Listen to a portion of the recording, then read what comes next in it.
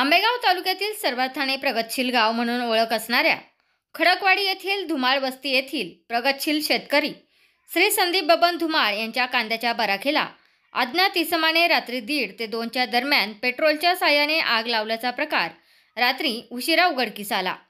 घटनास्थळी पेट्रोलची बाटली व माचीस देखील आढळून आले आहे। खडकवाडी येथील धुमाळ स्थळ येथे भर वस्तीत संदीप धुमाळ यांची कांद्याची बराखी आहे।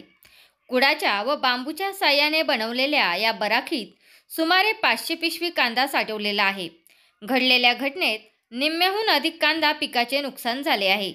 सध्या कांद्याला बाजारभाव कमी असल्याने बहुतांशी शेतकऱ्यांनी उत्पादित केलेला कांदा बराखीत साठवून ठेवला आहे।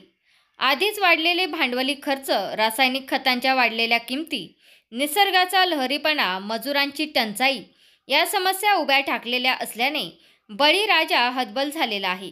अशातच असे मानवनिर्मित संकट उभे ठाकल्याने धुमाळ यांचे भांडवलरूपी गणित विस्कटून गेले आहे।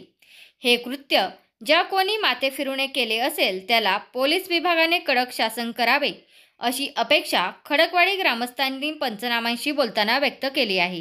तुमचा फ्लॅट, घर, बंगला, व्यापारी गाडे, दुकान, जागा, शेतजमीन, प्लॉट्स विकायचे आहेत का? विकायचे असतील तर आजच आमच्याशी संपर्क साधा।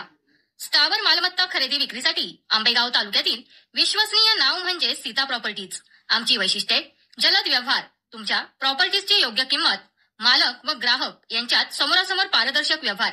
आमचा संपर्क 7972 82 24 33 आणि 7709 72 21 38।